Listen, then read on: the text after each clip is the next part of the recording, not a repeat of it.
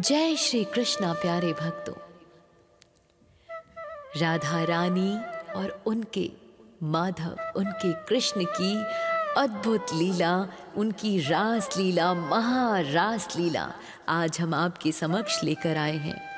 और हम आशा करते हैं कि हमारे द्वारा इन रोचक कथाओं को सुनकर आप ज़रूर रोमांचित हो जाएंगे और अपने सामने साक्षात श्री कृष्ण और राधा रानी की कृपा महसूस करेंगे। तो अंत तक हमारे साथ बने रहिए और उनकी कृपा पाइए। और हाँ, चैनल को सब्सक्राइब कर लीजिएगा। भगवान श्री कृष्ण की महारास या रास लीला केवल एक नृत्य नहीं है भक्तों, बल्कि ये जीवात्मा का परमात्मा से मिलन का सर्वोच्च आध्यात्मिक शिखर है।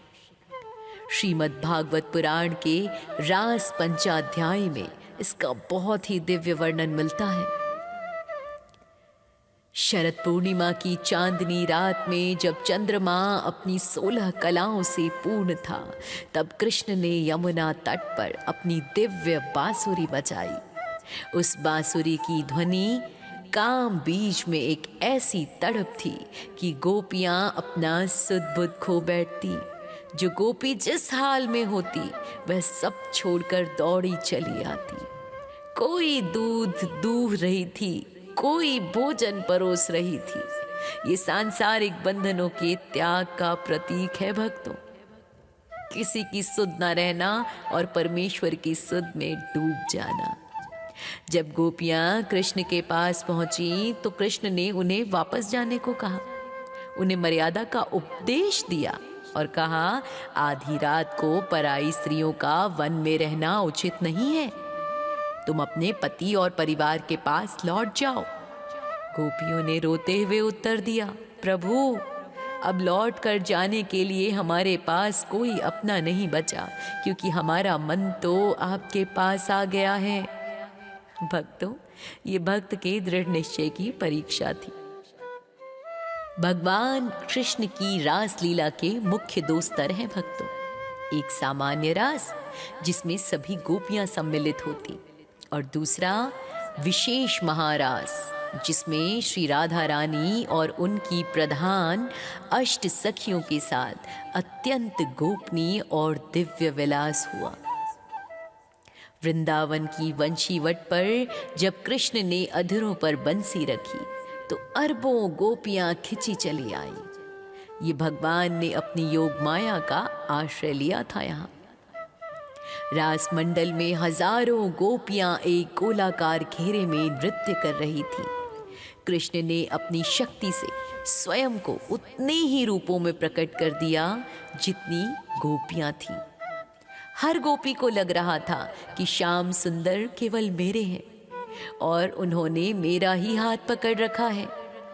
यह जीव का ब्रह्म से मिलन था भक्तों। जब रास के दौरान गोपियों को ये गर्व हुआ कि भगवान हमें भज रहे हैं, तब कृष्ण राधा जी को लेकर अंतर्धान हो गए। यह वही समय था जब अष्ट सखियों यानी 8 प्रधान सखियों के साथ विशेष रास हुआ था। ये 8 सखियां राधा कृष्ण की सेवा में सर्वोच्च स्थान रखती हैं भक्तों। और कहते हैं सुबह सुबह अगर आप इन 8 सखियों का नाम भी स्मरण कर लें तो कृष्ण और राधा रानी की भक्ति मिल जाती है सहज ही। ललिता सखी, विशाखा सखी, चित्रा सखी, इंदुलेखा सखी, चंपकलता सखी, रंग देवी सखी, सुदेवी सखी और तंग विद्या सखी। इन्हें कहीं लिख लें और इनके नाम प्रतिदिन स्मरण कीजिए राधा कृष्ण की कृपा पाने के लिए। रास में इन 8 सखियों का अपना विशेष स्थान, रंग और सेवा होती है। सबसे पहले ललिता सखी, ये सबसे प्रधान सखी हैं। रास में ये नृत्य और संगीत का निर्देशन करती हैं। ये स्वभाव से वामा यानी प्रखर हैं और राधा जी का मान बढ़ाने में अत्यंत निपुण हैं। दूसरी सखी विशाखा सखी, ये राधा रानी की और कृष्ण के बीच की संदेश वाहिका का काम करती हैं। इनका रूप और गुण राधा जी के समान ही है। ये रास के दौरान वस्त्र और आभूषणों की सेवा करती है। तीसरी चित्रा सखी, ये चित्रकला और संगीत में अत्यंत निपुण है। रास मंडल की साज सज्जा और रंगों का चयन इन्हीं के हाथों से होता है। चौथी इंदुलेखा सखी, ये अत्यंत बुद्धिमान है और पहेलियों को बूझने में बहुत निपुण है। रास के दौरान ये नृत्य नाटिका का संचालन करती हैं। पांचवी चंपकलता सखी, ये रसोई कला में दक्ष हैं। रास के बीच भगवान और गोपियों को विशेष फल और व्यंजन भेंट करती हैं ये।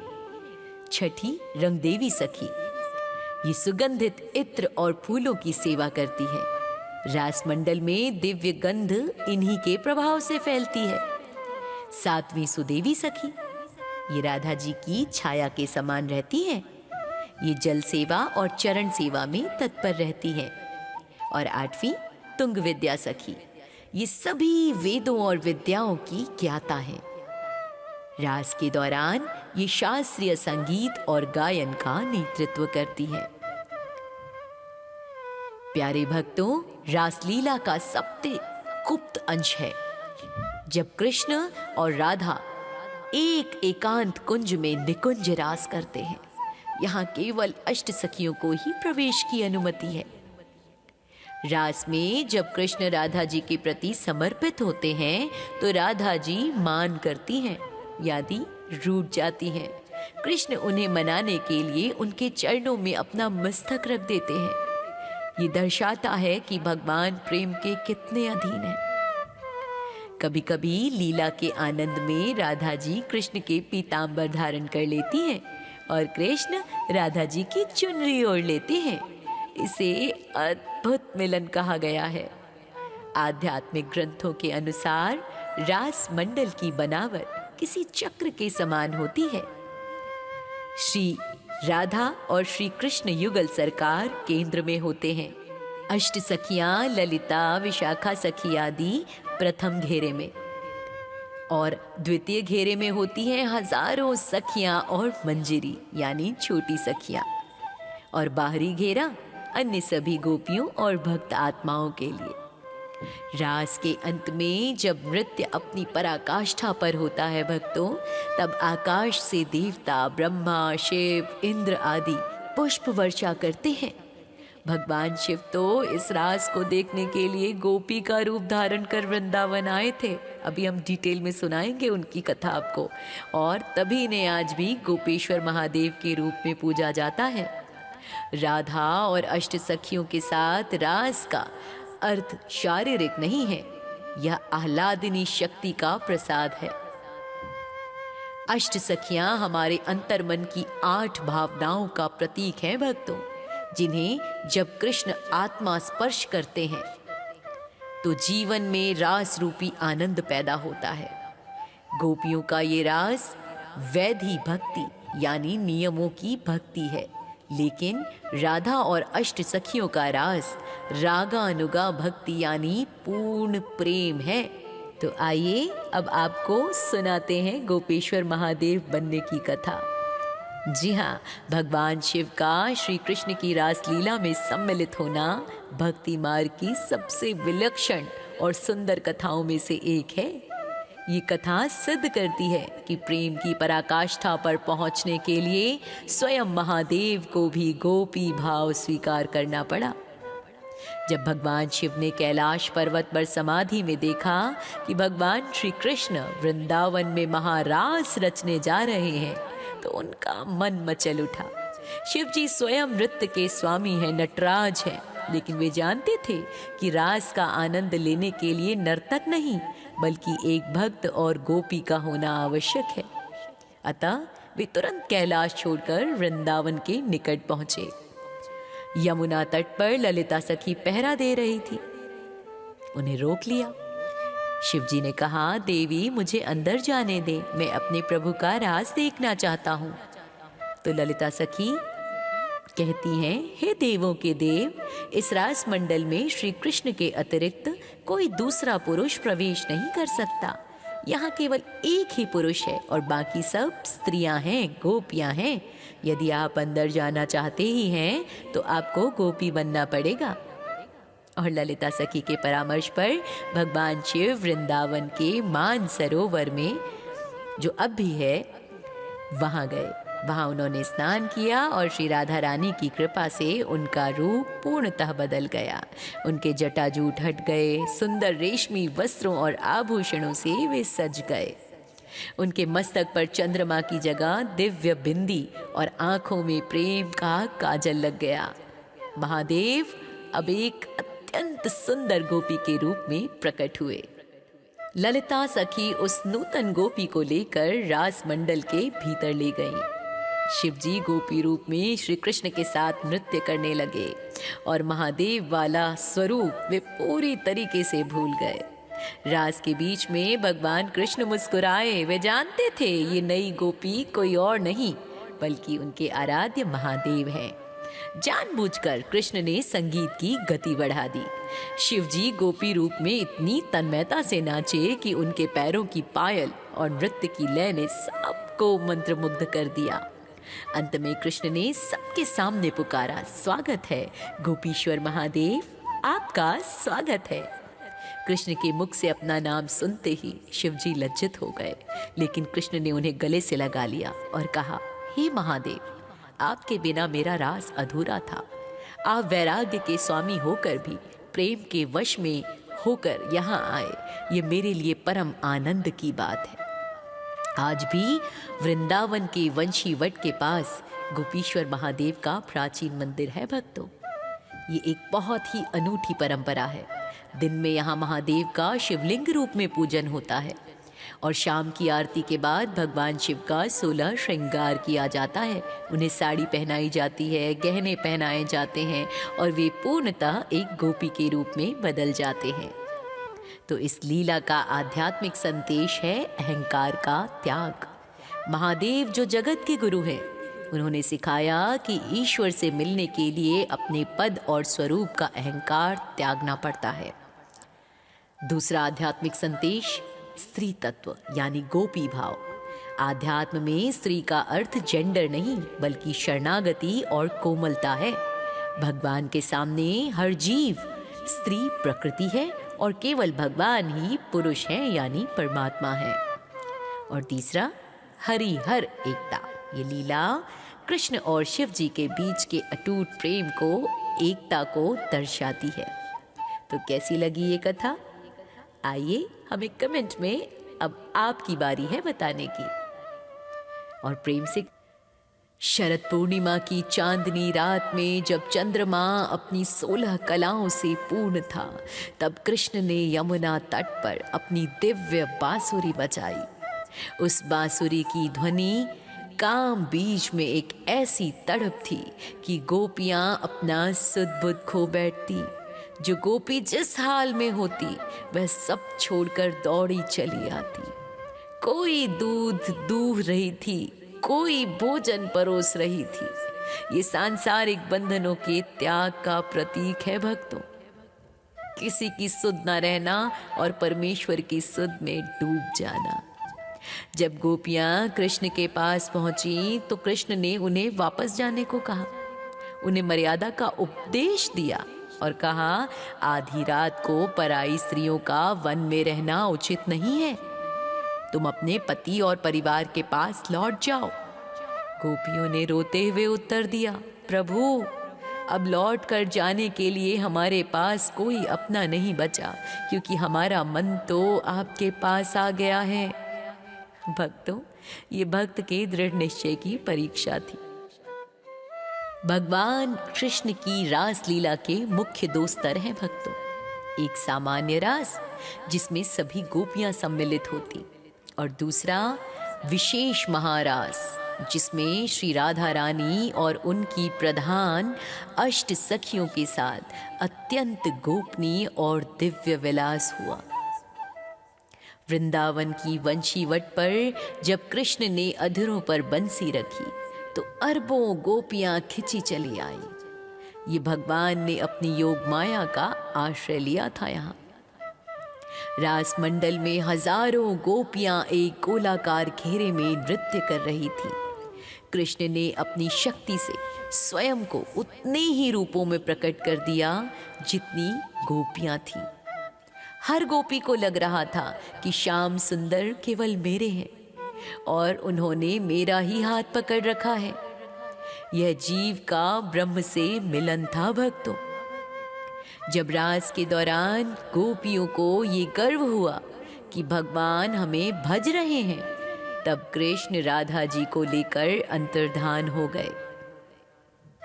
यह वही समय था जब अष्ट सखियों यानी 8 प्रधान सखियों के साथ विशेष रास हुआ था। ये 8 सखियां राधा कृष्ण की सेवा में सर्वोच्च स्थान रखती हैं भक्तों। और कहते हैं सुबह सुबह अगर आप इन 8 सखियों का नाम भी स्मरण कर लें तो कृष्ण और राधा रानी की भक्ति मिल जाती है सहज ही। ललिता सखी, विशाखा सखी, चित्रा सखी, इंदुलेखा सखी, चंपकलता सखी, रंग देवी सखी, सुदेवी सखी और तंग विद्या सखी। इन्हें कहीं लिख लें और इनके नाम प्रतिदिन स्मरण कीजिए राधा कृष्ण की कृपा पाने के लिए। रास में इन 8 सखियों का अपना विशेष स्थान, रंग और सेवा होती है। सबसे पहले ललिता सखी, ये सबसे प्रधान सखी हैं। रास में ये नृत्य और संगीत का निर्देशन करती हैं। ये स्वभाव से वामा यानी प्रखर हैं और राधा जी का मान बढ़ाने में अत्यंत निपुण है। दूसरी सखी विशाखा सखी, ये राधा रानी की और कृष्ण के बीच की संदेश वाहिका का काम करती हैं। इनका रूप और गुण राधा जी के समान ही है। ये रास के दौरान वस्त्र और आभूषणों की सेवा करती हैं। तीसरी चित्रा सखी, ये चित्रकला और संगीत में अत्यंत निपुण है। रास मंडल की साज सज्जा और रंगों का चयन इन्हीं के हाथों से होता है। चौथी इंदुलेखा सखी, ये अत्यंत बुद्धिमान है और पहेलियों को बूझने में बहुत निपुण है। रास के दौरान ये नृत्य नाटिका का संचालन करती हैं। पांचवी चंपकलता सखी, ये रसोई कला में दक्ष हैं। रास के बीच भगवान और गोपियों को विशेष फल और व्यंजन भेंट करती हैं ये। छठी रंगदेवी सखी, ये सुगंधित इत्र और फूलों की सेवा करती है। रास मंडल में दिव्य गंध इन्हीं के प्रभाव से फैलती है। सातवीं सुदेवी सखी, ये राधा जी की छाया के समान रहती हैं। ये जल सेवा और चरण सेवा में तत्पर रहती हैं। और आठवीं तुंग विद्या सखी, ये सभी वेदों और विद्याओं की ज्ञाता हैं। रास के दौरान ये शास्त्रीय संगीत और गायन का नेतृत्व करती हैं। प्यारे भक्तों, रासलीला का सबसे गुप्त अंश है जब कृष्ण और राधा एक एकांत कुंज में निकुंज रास करते हैं। यहाँ केवल अष्ट सखियों को ही प्रवेश की अनुमति है। रास में जब कृष्ण राधा जी के प्रति समर्पित होते हैं तो राधा जी मान करती हैं, यानी रूठ जाती हैं। कृष्ण उन्हें मनाने के लिए उनके चरणों में अपना मस्तक रख देते हैं। ये दर्शाता है कि भगवान प्रेम के कितने अधीन हैं। कभी कभी लीला के आनंद में राधा जी कृष्ण के पीतांबर धारण कर लेती हैं और कृष्ण राधा जी की चुनरी ओढ़ लेते हैं। इसे अद्भुत मिलन कहा गया है।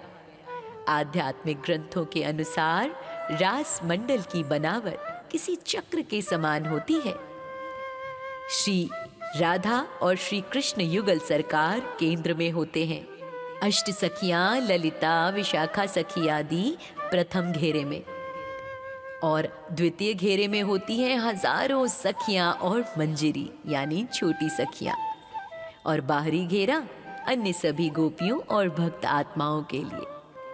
रास के अंत में जब नृत्य अपनी पराकाष्ठा पर होता है भक्तों, तब आकाश से देवता ब्रह्मा, शिव, इंद्र आदि पुष्प वर्षा करते हैं। भगवान शिव तो इस रास को देखने के लिए गोपी का रूप धारण कर वृंदावन आए थे। अभी हम डिटेल में सुनाएंगे उनकी कथा आपको। और तभी ने आज भी गोपेश्वर महादेव के रूप में पूजा जाता है। राधा और अष्ट सखियों के साथ रास का अर्थ शारीरिक नहीं है, यह आह्लादिनी शक्ति का प्रसाद है। अष्ट सखियां हमारे अंतर्मन की 8 भावनाओं का प्रतीक हैं भक्तों, जिन्हें जब कृष्ण आत्मा स्पर्श करते हैं तो जीवन में रास रूपी आनंद पैदा होता है। गोपियों का ये रास वैधि भक्ति यानी नियमों की भक्ति है, लेकिन राधा और अष्ट सखियों का रास रागानुगा भक्ति यानी पूर्ण प्रेम है। तो आइए अब आपको सुनाते हैं गोपेश्वर महादेव बनने की कथा। जी हाँ, भगवान शिव का श्री कृष्ण की रास लीला में सम्मिलित होना भक्ति मार्ग की सबसे विलक्षण और सुंदर कथाओं में से एक है। ये कथा सिद्ध करती है कि प्रेम की पराकाष्ठा पर पहुंचने के लिए स्वयं महादेव को भी गोपी भाव स्वीकार करना पड़ा। जब भगवान शिव ने कैलाश पर्वत पर समाधि में देखा कि भगवान श्री कृष्ण वृंदावन में महारास रचने जा रहे हैं, तो उनका मन मचल उठा। शिव जी स्वयं नृत्य के स्वामी हैं, नटराज हैं, लेकिन वे जानते थे कि रास का आनंद लेने के लिए नर्तक नहीं बल्कि एक भक्त और गोपी का होना आवश्यक है। अतः वे तुरंत कैलाश छोड़कर वृंदावन के निकट पहुंचे। यमुना तट पर ललिता सखी पहरा दे रही थी। उन्हें रोक लिया। शिव जी ने कहा, देवी मुझे अंदर जाने दे, मैं अपने प्रभु का रास देखना चाहता हूँ। तो ललिता सखी कहती हैं, हे देवों के देव, इस रास मंडल में श्री कृष्ण के अतिरिक्त कोई दूसरा पुरुष प्रवेश नहीं कर सकता। यहाँ केवल एक ही पुरुष है और बाकी सब स्त्रियां हैं, गोपियां हैं। यदि आप अंदर जाना चाहते ही हैं तो आपको गोपी बनना पड़ेगा। और ललिता सखी के परामर्श पर भगवान शिव वृंदावन के मान सरोवर में, जो अब भी है, वहां गए। वहां उन्होंने स्नान किया और श्री राधा रानी की कृपा से उनका रूप पूर्णतः बदल गया। उनके जटाजूट हट गए, सुंदर रेशमी वस्त्रों और आभूषणों से वे सज गए। उनके मस्तक पर चंद्रमा की जगह दिव्य बिंदी और आंखों में प्रेम का काजल लग गया। महादेव अब एक अत्यंत सुंदर गोपी के रूप में प्रकट हुए। ललिता सखी उस नूतन गोपी को लेकर रास मंडल के भीतर ले गईं।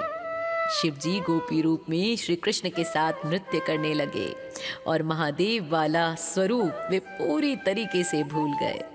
रास के बीच में भगवान कृष्ण मुस्कुराए। वे जानते थे ये नई गोपी कोई और नहीं बल्कि उनके आराध्य महादेव हैं।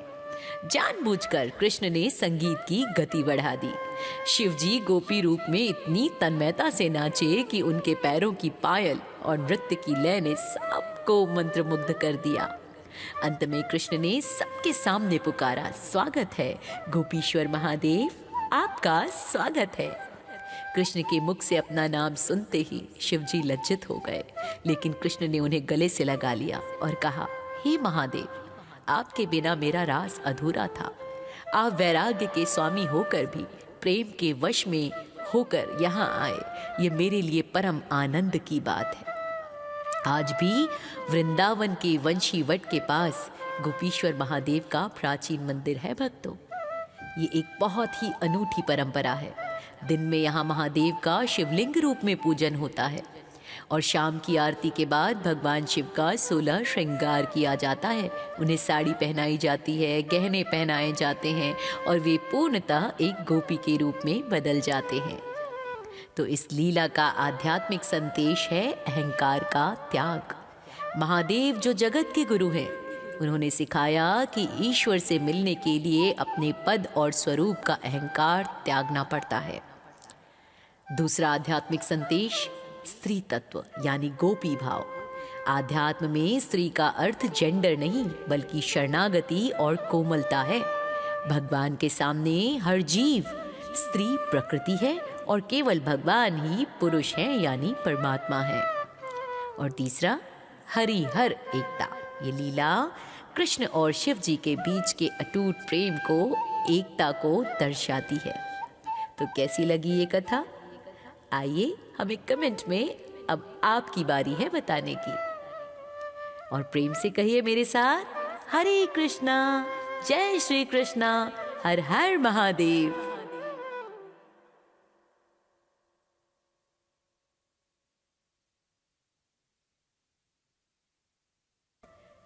शरद पूर्णिमा की चांदनी रात में जब चंद्रमा अपनी 16 कलाओं से पूर्ण था, तब कृष्ण ने यमुना तट पर अपनी दिव्य बांसुरी बजाई। उस बांसुरी की ध्वनि काम बीज में एक ऐसी तड़प थी कि गोपियां अपना सुध बुध खो बैठती। जो गोपी जिस हाल में होती वह सब छोड़कर दौड़ी चली आती। कोई दूध दूह रही थी, कोई भोजन परोस रही थी। ये सांसारिक बंधनों के त्याग का प्रतीक है भक्तों। किसी की सुध न रहना और परमेश्वर की सुध में डूब जाना। जब गोपियां कृष्ण के पास पहुंची तो कृष्ण ने उन्हें वापस जाने को कहा। उन्हें मर्यादा का उपदेश दिया और कहा, आधी रात को पराई स्त्रियों का वन में रहना उचित नहीं है। तुम अपने पति और परिवार के पास लौट जाओ। गोपियों ने रोते हुए उत्तर दिया, प्रभु, अब लौट कर जाने के लिए हमारे पास कोई अपना नहीं बचा, क्योंकि हमारा मन तो आपके पास आ गया है। भक्तों, ये भक्त के दृढ़ निश्चय की परीक्षा थी। भगवान कृष्ण की रास लीला के मुख्य दो स्तर हैं भक्तों। एक सामान्य रास जिसमें सभी गोपियां सम्मिलित होती, और दूसरा विशेष महारास जिसमें श्री राधा रानी और उनकी प्रधान अष्ट सखियों के साथ अत्यंत गोपनीय और दिव्य विलास हुआ। वृंदावन की वंशीवट पर जब कृष्ण ने अधरों पर बंसी रखी तो अरबों गोपियां खिंची चली आई। ये भगवान ने अपनी योग माया का आश्रय लिया था। यहाँ रास मंडल में हजारों गोपियां एक गोलाकार घेरे में नृत्य कर रही थी। कृष्ण ने अपनी शक्ति से स्वयं को उतने ही रूपों में प्रकट कर दिया जितनी गोपियां थीं। हर गोपी को लग रहा था कि श्याम सुंदर केवल मेरे हैं और उन्होंने मेरा ही हाथ पकड़ रखा है। यह जीव का ब्रह्म से मिलन था भक्तों। जब रास के दौरान गोपियों को ये गर्व हुआ कि भगवान हमें भज रहे हैं, तब कृष्ण राधा जी को लेकर अंतर्धान हो गए। यह वही समय था जब अष्ट सखियों यानी 8 प्रधान सखियों के साथ विशेष रास हुआ था। ये 8 सखियां राधा कृष्ण की सेवा में सर्वोच्च स्थान रखती हैं भक्तों। और कहते हैं सुबह सुबह अगर आप इन 8 सखियों का नाम भी स्मरण कर लें तो कृष्ण और राधा रानी की भक्ति मिल जाती है सहज ही। ललिता सखी, विशाखा सखी, चित्रा सखी, इंदुलेखा सखी, चंपकलता सखी, रंग देवी सखी, सुदेवी सखी और तंग विद्या सखी। इन्हें कहीं लिख लें और इनके नाम प्रतिदिन स्मरण कीजिए राधा कृष्ण की कृपा पाने के लिए। रास में इन 8 सखियों का अपना विशेष स्थान, रंग और सेवा होती है। सबसे पहले ललिता सखी, ये सबसे प्रधान सखी हैं। रास में ये नृत्य और संगीत का निर्देशन करती हैं। ये स्वभाव से वामा यानी प्रखर हैं और राधा जी का मान बढ़ाने में अत्यंत निपुण हैं। दूसरी सखी विशाखा सखी, ये राधा रानी की और कृष्ण के बीच की संदेश वाहिका का काम करती हैं। इनका रूप और गुण राधा जी के समान ही है। ये रास के दौरान वस्त्र और आभूषणों की सेवा करती हैं। तीसरी चित्रा सखी, ये चित्रकला और संगीत में अत्यंत निपुण है। रास मंडल की साज सज्जा और रंगों का चयन इन्हीं के हाथों से होता है। चौथी इंदुलेखा सखी, ये अत्यंत बुद्धिमान है और पहेलियों को बूझने में बहुत निपुण है। रास के दौरान ये नृत्य नाटिका का संचालन करती हैं।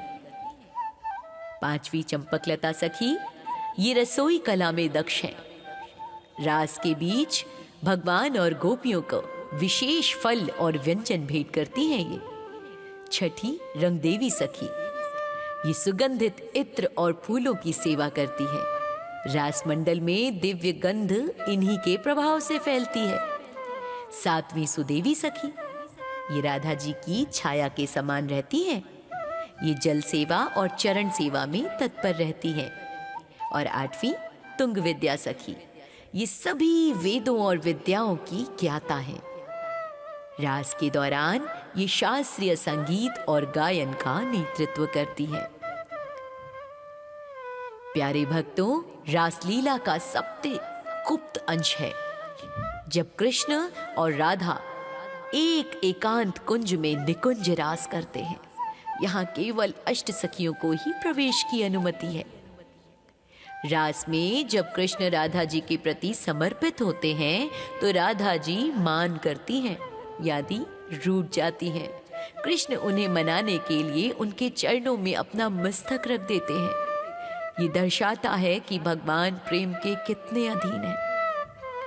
कभी कभी लीला के आनंद में राधा जी कृष्ण के पीतांबर धारण कर लेती हैं और कृष्ण राधा जी की चुनरी ओढ़ लेते हैं। इसे अद्भुत मिलन कहा गया है। आध्यात्मिक ग्रंथों के अनुसार रास मंडल की बनावट किसी चक्र के समान होती है। श्री राधा और श्री कृष्ण युगल सरकार केंद्र में होते हैं। अष्ट सखियां ललिता, विशाखा सखी आदि प्रथम घेरे में और द्वितीय घेरे में होती हैं हजारों सखियां और मंजिरी यानी छोटी सखियां। और बाहरी घेरा अन्य सभी गोपियों और भक्त आत्माओं के लिए।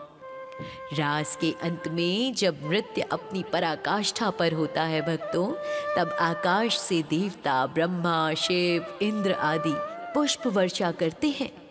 भगवान शिव तो इस रास को देखने के लिए गोपी का रूप धारण कर वृंदावन आए थे। अभी हम डिटेल में सुनाएंगे उनकी कथा आपको। और तभी ने आज भी गोपेश्वर महादेव के रूप में पूजा जाता है। राधा और अष्ट सखियों के साथ रास का अर्थ शारीरिक नहीं है, यह आह्लादिनी शक्ति का प्रसाद है। अष्ट सखियां हमारे अंतर्मन की 8 भावनाओं का प्रतीक हैं भक्तों, जिन्हें जब कृष्ण आत्मा स्पर्श करते हैं तो जीवन में रास रूपी आनंद पैदा होता है। गोपियों का ये रास वैधि भक्ति यानी नियमों की भक्ति है, लेकिन राधा और अष्ट सखियों का रास रागानुगा भक्ति यानी पूर्ण प्रेम है। तो आइए अब आपको सुनाते हैं गोपेश्वर महादेव बनने की कथा। जी हाँ, भगवान शिव का श्री कृष्ण की रासलीला में सम्मिलित होना भक्ति मार्ग की सबसे विलक्षण और सुंदर कथाओं में से एक है। ये कथा सिद्ध करती है कि प्रेम की पराकाष्ठा पर पहुंचने के लिए स्वयं महादेव को भी गोपी भाव स्वीकार करना पड़ा। जब भगवान शिव ने कैलाश पर्वत पर समाधि में देखा कि भगवान श्री कृष्ण वृंदावन में महारास रचने जा रहे हैं, तो उनका मन मचल उठा। शिव जी स्वयं नृत्य के स्वामी हैं, नटराज हैं, लेकिन वे जानते थे कि रास का आनंद लेने के लिए नर्तक नहीं बल्कि एक भक्त और गोपी का होना आवश्यक है। अतः वे तुरंत कैलाश छोड़कर वृंदावन के निकट पहुंचे। यमुना तट पर ललिता सखी पहरा दे रही थी। उन्हें रोक लिया। शिव जी ने कहा, देवी मुझे अंदर जाने दे, मैं अपने प्रभु का रास देखना चाहता हूँ। तो ललिता सखी कहती हैं, हे देवों के देव, इस रास मंडल में श्री कृष्ण के अतिरिक्त कोई दूसरा पुरुष प्रवेश नहीं कर सकता। यहाँ केवल एक ही पुरुष है और बाकी सब स्त्रियां हैं, गोपियां हैं। यदि आप अंदर जाना चाहते ही हैं तो आपको गोपी बनना पड़ेगा। और ललिता सखी के परामर्श पर भगवान शिव वृंदावन के मान सरोवर में, जो अब भी है, वहां गए। वहां उन्होंने स्नान किया और श्री राधा रानी की कृपा से उनका रूप पूर्णतः बदल गया। उनके जटाजूट हट गए, सुंदर रेशमी वस्त्रों और आभूषणों से वे सज गए।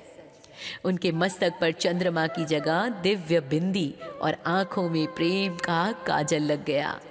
महादेव अब एक अत्यंत अत्यंत सुंदर गोपी के रूप में प्रकट हुए। ललिता सखी उस नूतन गोपी को लेकर रास मंडल के भीतर ले गईं।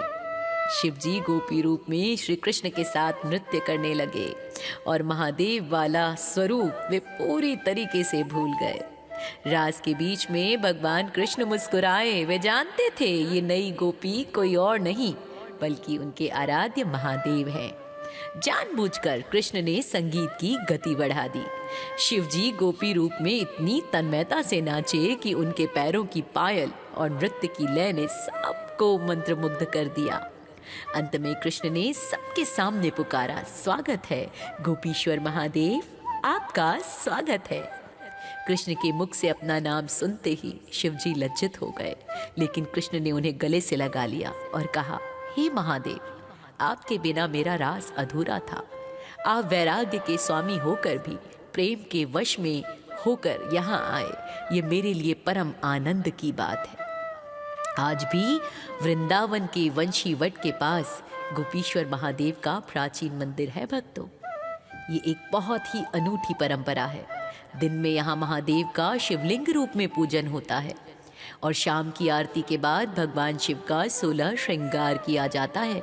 उन्हें साड़ी पहनाई जाती है, गहने पहनाए जाते हैं और वे पूर्णतः एक गोपी के रूप में बदल जाते हैं। तो इस लीला का आध्यात्मिक संदेश है अहंकार का त्याग। महादेव जो जगत के गुरु हैं, उन्होंने सिखाया कि ईश्वर से मिलने के लिए अपने पद और स्वरूप का अहंकार त्यागना पड़ता है। दूसरा आध्यात्मिक संदेश स्त्री तत्व यानी गोपी भाव। आध्यात्म में स्त्री का अर्थ जेंडर नहीं बल्कि शरणागति और कोमलता है। भगवान के सामने हर जीव स्त्री प्रकृति है और केवल भगवान ही पुरुष हैं यानी परमात्मा है। और तीसरा हरिहर एकता। ये लीला कृष्ण और शिव जी के बीच के अटूट प्रेम को, एकता को दर्शाती है। तो कैसी लगी ये कथा? आइए हमें कमेंट में, अब आपकी बारी है बताने की। और प्रेम से कहिए मेरे साथ, हरे कृष्णा, जय श्री कृष्णा, हर हर महादेव।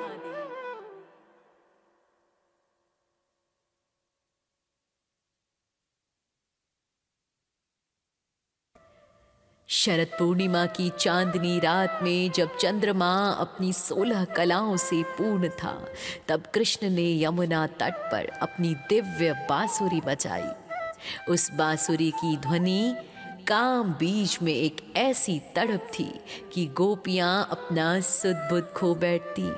जो गोपी जिस हाल में होती वह सब छोड़कर दौड़ी चली आती। कोई दूध दूह रही थी, कोई भोजन परोस रही थी। ये सांसारिक बंधनों के त्याग का प्रतीक है भक्तों। किसी की सुध न रहना और परमेश्वर की सुध में डूब जाना। जब गोपियां कृष्ण के पास पहुंची तो कृष्ण ने उन्हें वापस जाने को कहा। उन्हें मर्यादा का उपदेश दिया और कहा, आधी रात को पराई स्त्रियों का वन में रहना उचित नहीं है। तुम अपने पति और परिवार के पास लौट जाओ। गोपियों ने रोते हुए उत्तर दिया, प्रभु, अब लौट कर जाने के लिए हमारे पास कोई अपना नहीं बचा, क्योंकि हमारा मन तो आपके पास आ गया है। भक्तों, ये भक्त के दृढ़ निश्चय की परीक्षा थी। भगवान कृष्ण की रास लीला के मुख्य 2 स्तर हैं भक्तों। एक सामान्य रास जिसमें सभी गोपियां सम्मिलित होती, और दूसरा विशेष महारास जिसमें श्री राधा रानी और उनकी प्रधान अष्ट सखियों के साथ अत्यंत गोपनीय और दिव्य विलास हुआ।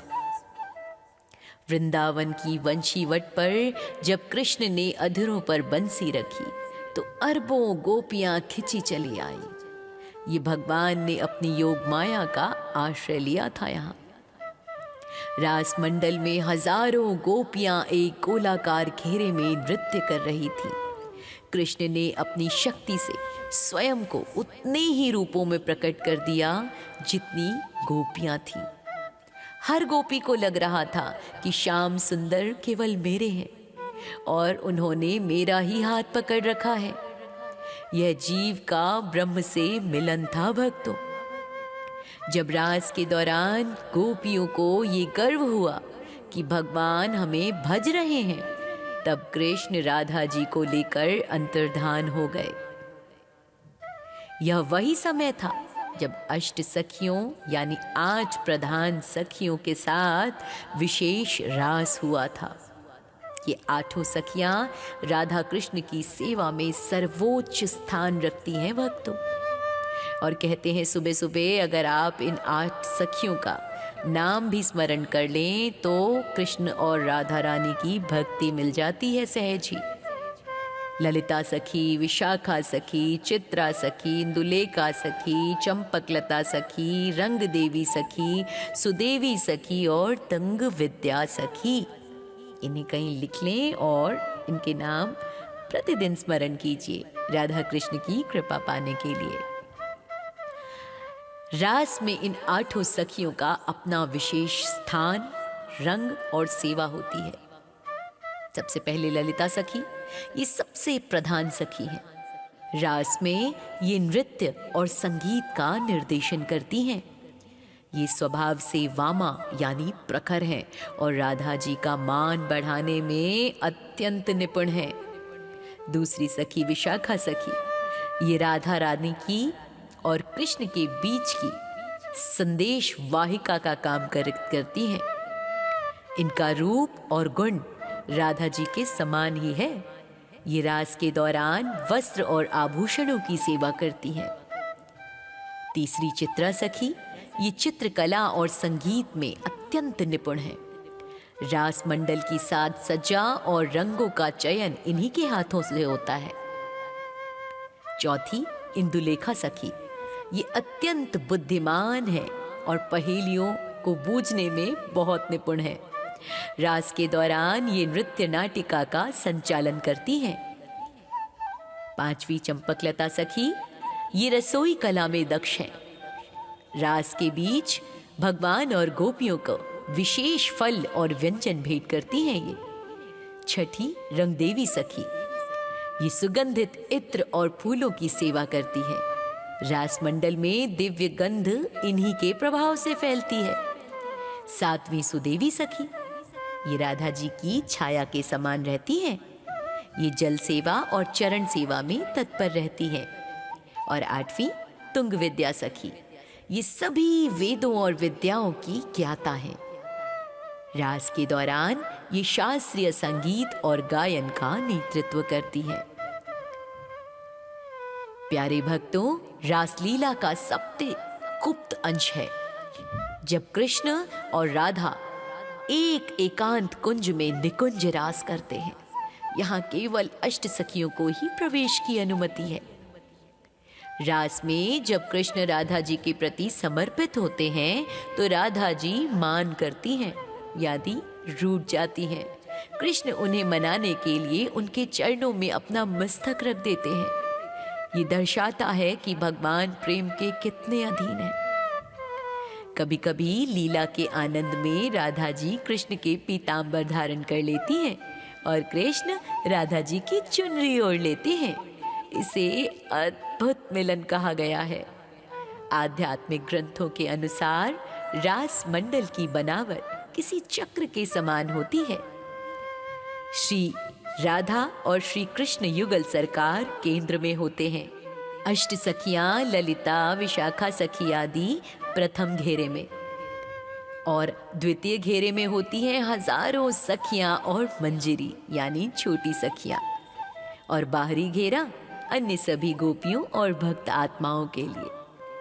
रास के अंत में जब नृत्य अपनी पराकाष्ठा पर होता है भक्तों, तब आकाश से देवता ब्रह्मा, शिव, इंद्र आदि पुष्प वर्षा करते हैं।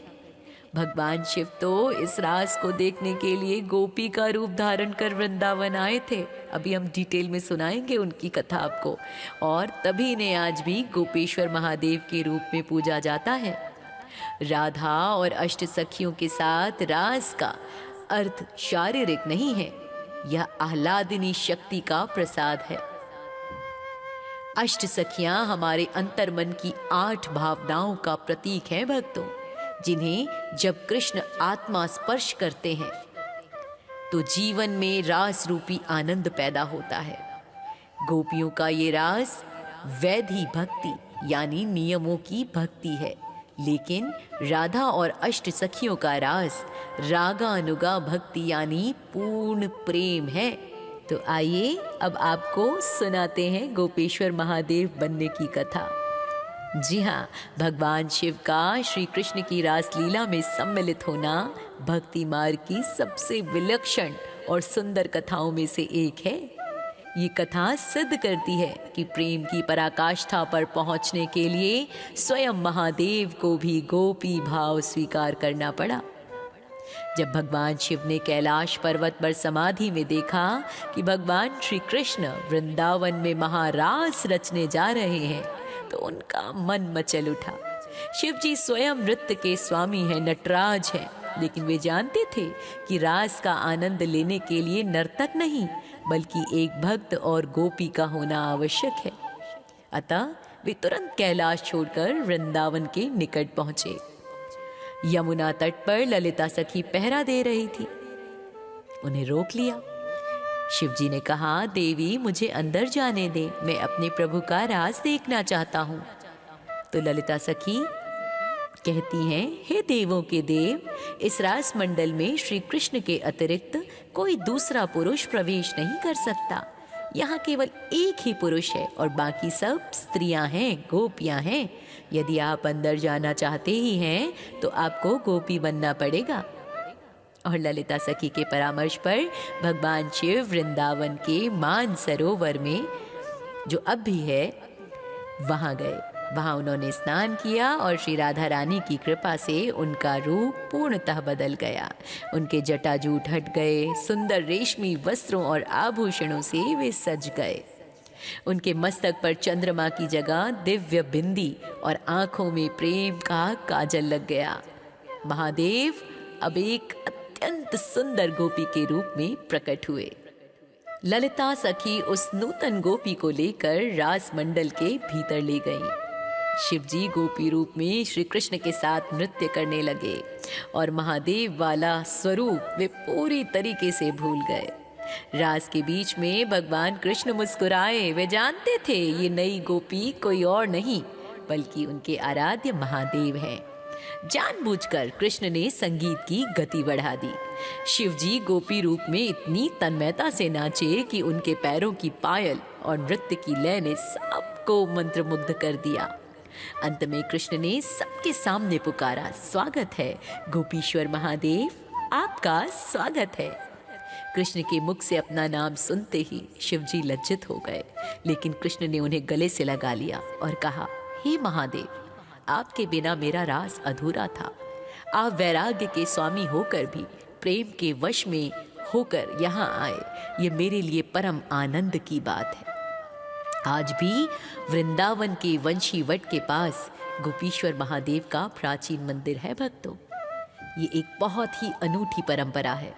दिन में यहाँ महादेव का शिवलिंग रूप में पूजन होता है और शाम की आरती के बाद भगवान शिव का 16 श्रृंगार किया जाता है। उन्हें साड़ी पहनाई जाती है, गहने पहनाए जाते हैं और वे पूर्णतः एक गोपी के रूप में बदल जाते हैं। तो इस लीला का आध्यात्मिक संदेश है अहंकार का त्याग। महादेव जो जगत के गुरु हैं, उन्होंने सिखाया कि ईश्वर से मिलने के लिए अपने पद और स्वरूप का अहंकार त्यागना पड़ता है। दूसरा आध्यात्मिक संदेश स्त्री तत्व यानी गोपी भाव। आध्यात्म में स्त्री का अर्थ जेंडर नहीं बल्कि शरणागति और कोमलता है। भगवान के सामने हर जीव स्त्री प्रकृति है और केवल भगवान ही पुरुष हैं यानी परमात्मा है। और तीसरा हरि हर एकता। ये लीला कृष्ण और शिव जी के बीच के अटूट प्रेम को, एकता को दर्शाती है। तो कैसी लगी ये कथा? आइए हमें कमेंट में, अब आपकी बारी है बताने की। और प्रेम से कहिए मेरे साथ, हरे कृष्णा, जय श्री कृष्णा। शरद पूर्णिमा की चांदनी रात में जब चंद्रमा अपनी 16 कलाओं से पूर्ण था, तब कृष्ण ने यमुना तट पर अपनी दिव्य बांसुरी बजाई। उस बांसुरी की ध्वनि काम बीज में एक ऐसी तड़प थी कि गोपियां अपना सुध बुध खो बैठती। जो गोपी जिस हाल में होती वह सब छोड़कर दौड़ी चली आती। कोई दूध दूह रही थी, कोई भोजन परोस रही थी। ये सांसारिक बंधनों के त्याग का प्रतीक है भक्तों। किसी की सुध न रहना और परमेश्वर की सुध में डूब जाना। जब गोपियां कृष्ण के पास पहुंची तो कृष्ण ने उन्हें वापस जाने को कहा। उन्हें मर्यादा का उपदेश दिया और कहा, आधी रात को पराई स्त्रियों का वन में रहना उचित नहीं है। तुम अपने पति और परिवार के पास लौट जाओ। गोपियों ने रोते हुए उत्तर दिया, प्रभु, अब लौट कर जाने के लिए हमारे पास कोई अपना नहीं बचा, क्योंकि हमारा मन तो आपके पास आ गया है। भक्तों, ये भक्त के दृढ़ निश्चय की परीक्षा थी। भगवान कृष्ण की रास लीला के मुख्य दो स्तर हैं भक्तों। एक सामान्य रास जिसमें सभी गोपियां सम्मिलित होती, और दूसरा विशेष महारास जिसमें श्री राधा रानी और उनकी प्रधान अष्ट सखियों के साथ अत्यंत गोपनीय और दिव्य विलास हुआ। वृंदावन की वंशीवट पर जब कृष्ण ने अधरों पर बंसी रखी तो अरबों गोपियां खिंची चली आई। ये भगवान ने अपनी योग माया का आश्रय लिया था। यहाँ रास मंडल में हजारों गोपियां एक गोलाकार घेरे में नृत्य कर रही थीं। कृष्ण ने अपनी शक्ति से स्वयं को उतने ही रूपों में प्रकट कर दिया जितनी गोपियां थीं। हर गोपी को लग रहा था कि श्याम सुंदर केवल मेरे हैं और उन्होंने मेरा ही हाथ पकड़ रखा है। यह जीव का ब्रह्म से मिलन था भक्तों। जब रास के दौरान गोपियों को ये गर्व हुआ कि भगवान हमें भज रहे हैं, तब कृष्ण राधा जी को लेकर अंतर्धान हो गए। यह वही समय था जब अष्ट सखियों यानी 8 प्रधान सखियों के साथ विशेष रास हुआ था। ये 8 सखियां राधा कृष्ण की सेवा में सर्वोच्च स्थान रखती हैं भक्तों। और कहते हैं सुबह सुबह अगर आप इन 8 सखियों का नाम भी स्मरण कर लें तो कृष्ण और राधा रानी की भक्ति मिल जाती है सहज ही। ललिता सखी, विशाखा सखी, चित्रा सखी, इंदुलेखा सखी, चंपकलता सखी, रंग देवी सखी, सुदेवी सखी और तंग विद्या सखी। इन्हें कहीं लिख लें और इनके नाम प्रतिदिन स्मरण कीजिए राधा कृष्ण की कृपा पाने के लिए।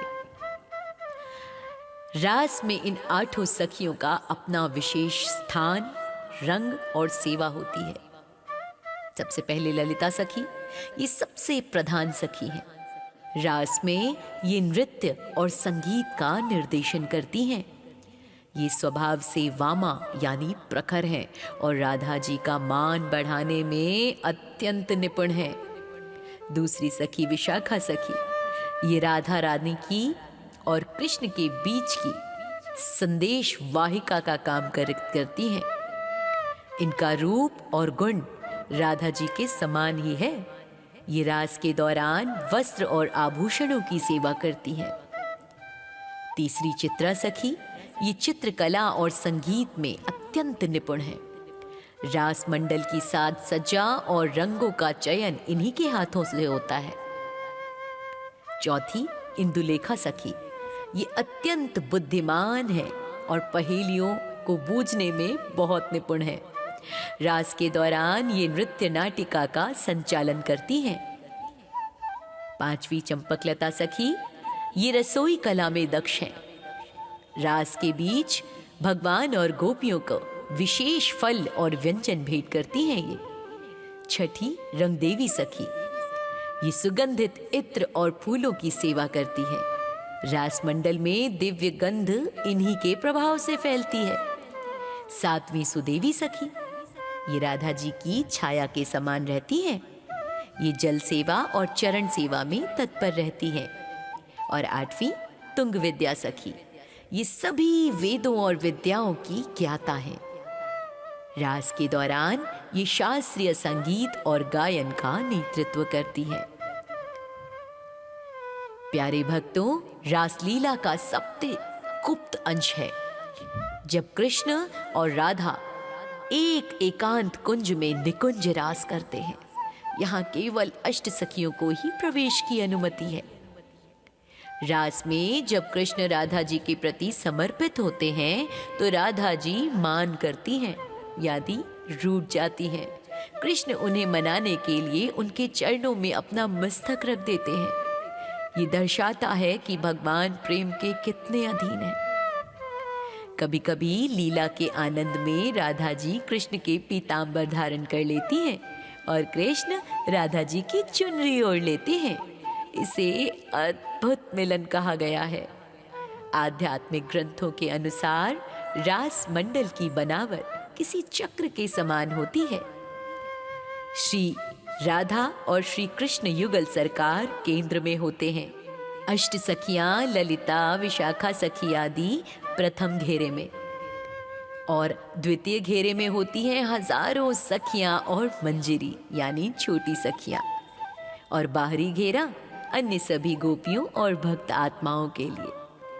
रास के अंत में जब नृत्य अपनी पराकाष्ठा पर होता है भक्तों, तब आकाश से देवता ब्रह्मा, शिव, इंद्र आदि पुष्प वर्षा करते हैं। भगवान शिव तो इस रास को देखने के लिए गोपी का रूप धारण कर वृंदावन आए थे। अभी हम डिटेल में सुनाएंगे उनकी कथा आपको। और तभी ने आज भी गोपेश्वर महादेव के रूप में पूजा जाता है। राधा और अष्ट सखियों के साथ रास का अर्थ शारीरिक नहीं है, यह आह्लादिनी शक्ति का प्रसाद है। अष्ट सखियां हमारे अंतर्मन की 8 भावनाओं का प्रतीक हैं भक्तों, जिन्हें जब कृष्ण आत्मा स्पर्श करते हैं तो जीवन में रास रूपी आनंद पैदा होता है। गोपियों का ये रास वैधि भक्ति यानी नियमों की भक्ति है, लेकिन राधा और अष्ट सखियों का रास रागानुगा भक्ति यानी पूर्ण प्रेम है। तो आइए अब आपको सुनाते हैं गोपेश्वर महादेव बनने की कथा। जी हाँ, भगवान शिव का श्री कृष्ण की रासलीला में सम्मिलित होना भक्ति मार्ग की सबसे विलक्षण और सुंदर कथाओं में से एक है। ये कथा सिद्ध करती है कि प्रेम की पराकाष्ठा पर पहुंचने के लिए स्वयं महादेव को भी गोपी भाव स्वीकार करना पड़ा। जब भगवान शिव ने कैलाश पर्वत पर समाधि में देखा कि भगवान श्री कृष्ण वृंदावन में महारास रचने जा रहे हैं, तो उनका मन मचल उठा। शिव जी स्वयं नृत्य के स्वामी हैं, नटराज हैं, लेकिन वे जानते थे कि रास का आनंद लेने के लिए नर्तक नहीं बल्कि एक भक्त और गोपी का होना आवश्यक है। अतः वे तुरंत कैलाश छोड़कर वृंदावन के निकट पहुंचे। यमुना तट पर ललिता सखी पहरा दे रही थी। उन्हें रोक लिया।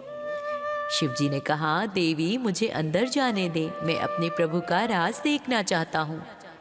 तो ललिता सखी कहती हैं, हे देवों के देव, इस रास मंडल में श्री कृष्ण के अतिरिक्त कोई दूसरा पुरुष प्रवेश नहीं कर सकता। यहाँ केवल एक ही पुरुष है और बाकी सब स्त्रियां हैं, गोपियां हैं। यदि आप अंदर जाना चाहते ही हैं तो आपको गोपी बनना पड़ेगा। और ललिता सखी के परामर्श पर भगवान शिव वृंदावन के मान सरोवर में, जो अब भी है, वहां गए। वहां उन्होंने स्नान किया और श्री राधा रानी की कृपा से उनका रूप पूर्णतः बदल गया। उनके जटाजूट हट गए, सुंदर रेशमी वस्त्रों और आभूषणों से वे सज गए। उनके मस्तक पर चंद्रमा की जगह दिव्य बिंदी और आंखों में प्रेम का काजल लग गया। महादेव अब एक अत्यंत सुंदर गोपी के रूप में प्रकट हुए। ललिता सखी उस नूतन गोपी को लेकर रास मंडल के भीतर ले गई। शिव जी गोपी रूप में श्री कृष्ण के साथ नृत्य करने लगे और महादेव वाला स्वरूप वे पूरी तरीके से भूल गए।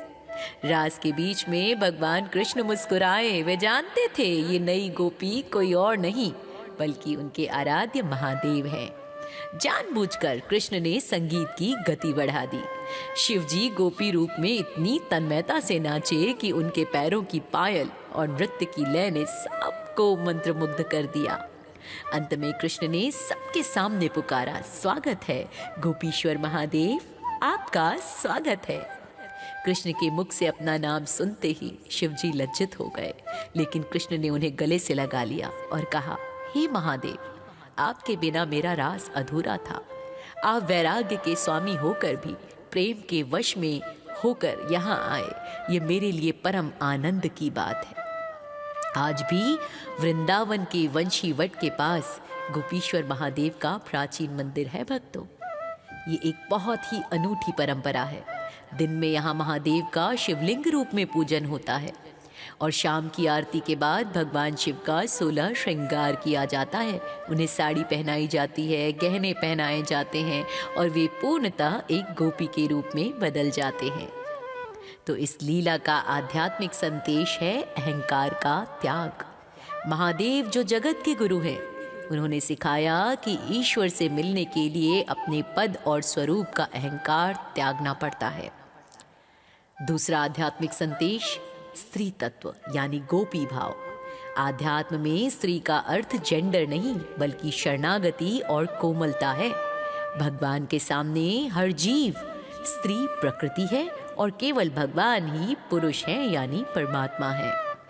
और तीसरा हरिहर एकता। ये लीला कृष्ण और शिव जी के बीच के अटूट प्रेम को, एकता को दर्शाती है। तो कैसी लगी ये कथा? आइए हमें कमेंट में, अब आपकी बारी है बताने की। और प्रेम से कहिए मेरे साथ, हरे कृष्णा, जय श्री कृष्णा, हर हर महादेव।